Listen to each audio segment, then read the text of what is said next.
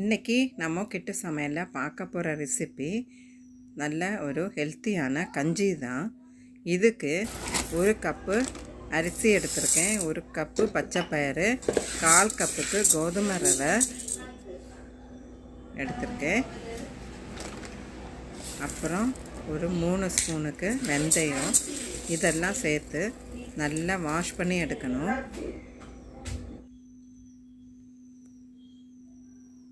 அப்புறம் கொஞ்சமாக ஒரு கைப்பிடி அளவுக்கு ப்ரௌன் ரைஸும் சேர்த்துருக்கேன். ஸோ இதெல்லாம் நல்லா கழுகி குக்கரில் தண்ணி விட்டு கொஞ்சம் உப்பும் சேர்த்து நல்லா வேக விடணும். கஞ்சி ஆனதுனால தண்ணி கொஞ்சம் தாராளமாக விட்டு வேக வைக்கணும். ஒரு 2 விசில் கேட்டதும் ஆஃப் பண்ணிடலாம்.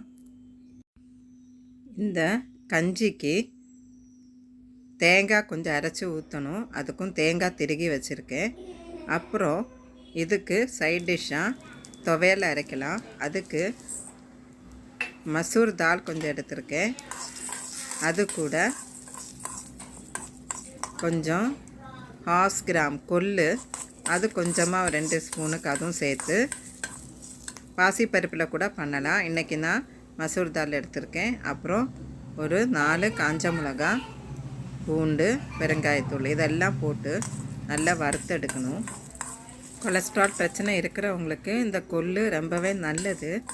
ஸோ அடிக்கடி இந்த துவையல் சாப்பிட்றது நல்ல ஹெல்த்தியான ஒரு இது. கஞ்சி கூட இது ரொம்பவே டேஸ்டியாக இருக்கும்.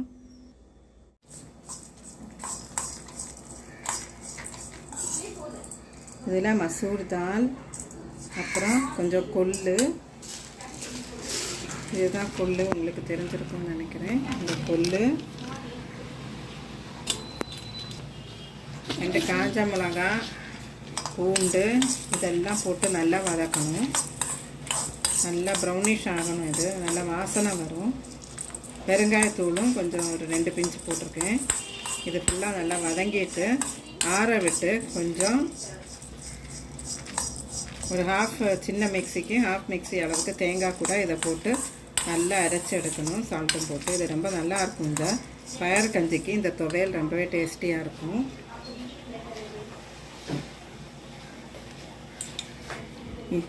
இதுதான் அந்த தேங்காய். இதை நல்லா வறுத்துட்டு இந்த தேங்காய் கூட போட்டு நல்லா அரைச்சி எடுத்துடணும். ரொம்ப நைஸாக அரைக்கணுங்கிற அவசியம் இல்லை. ஸோ அந்த அளவுக்கு அரைச்சி எடுக்கணும். இப்போ இது நல்லா ப்ரௌன் ஆகட்டும்.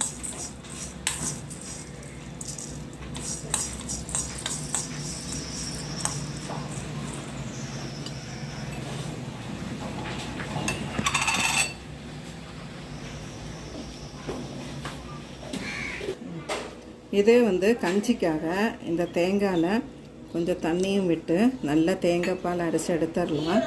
நல்லா நைஸாக அரைச்சி எடுக்கணும். ஸோ இது இப்போ மிக்ஸி போட்டு வந்துடுறேன். ஆன் பண்ணிட்டேன்.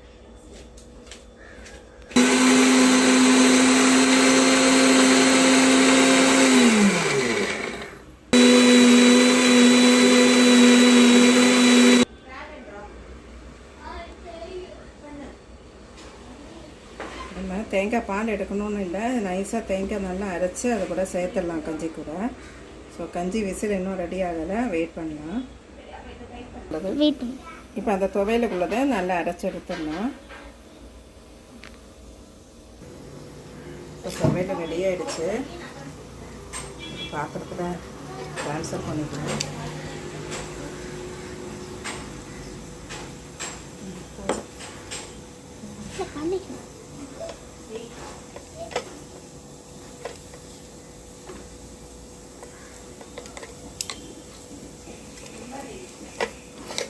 இப்போ காணம் துவையல் ரெடி ஆகிடுச்சு.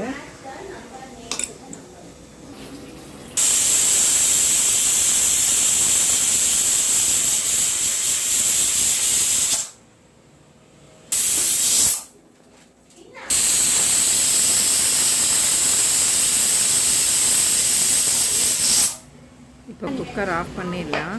அடுத்தது இந்த கஞ்சி கூட இந்த மோர் மிளகாவும் ரொம்ப டேஸ்டியாக இருக்கும். இது நான் பண்ணது தான். இது வெயில் காலத்தில் போட்டு வச்சுருந்தது. இப்போ இது வறுத்தெடுத்துடலாம் மோர் மிளகா.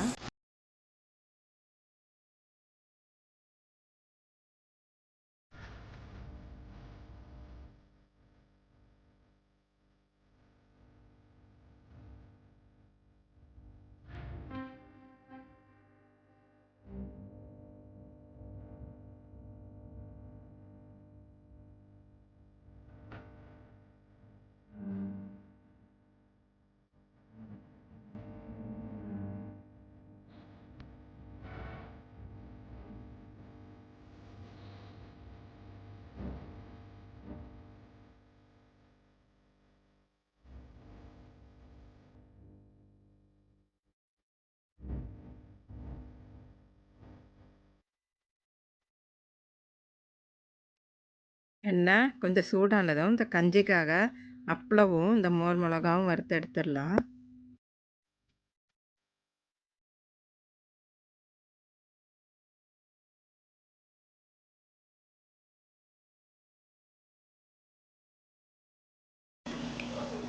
இந்த கஞ்சிக்கு கொஞ்சம் பப்படவும் தயிர் மிளகாவும் வறுத்துக்கலாம், நல்லா இருக்கும் அது.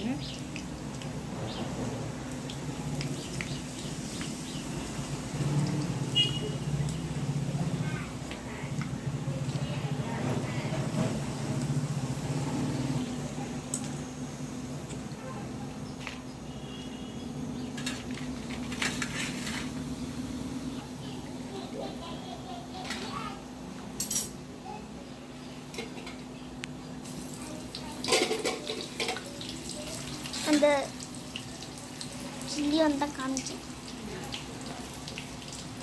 ஏதோ சொல்லுங்க.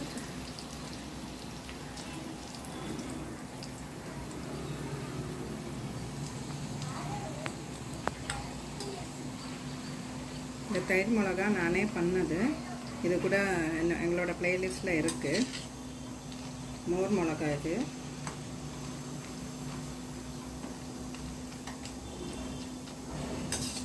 நம்மளே பண்ணும்போது அது ரொம்ப ஹைஜீனிக்காக இருக்கும். இது கொஞ்சம் எண்ணெய் வடிய விட்டுறலாம்.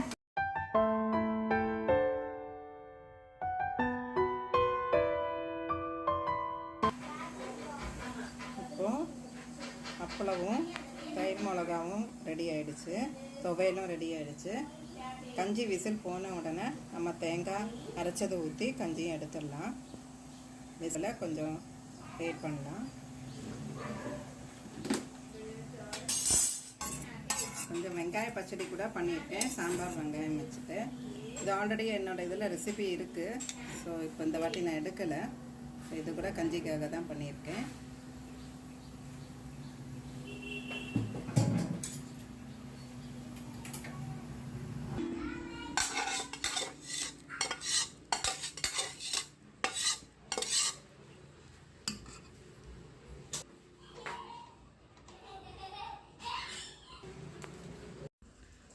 இப்போது அந்த குக்கர்லேருந்து ஒரு காப்பர் பாட்டம் வெசலில் ட்ரான்ஸ்ஃபர் பண்ண அந்த கஞ்சி கூட தேங்காய் அரைச்சதை விட்டு தேவைக்கு தண்ணியும் விட்டு உப்பும் விட்டு நல்லா மிக்ஸ் பண்ணி எடுத்துடலாம். இது பார்க்கவே நல்லா கலர்ஃபுல்லாக நல்ல பியூர் ஒயிட்டில் இருக்குது பார்த்தீங்களா.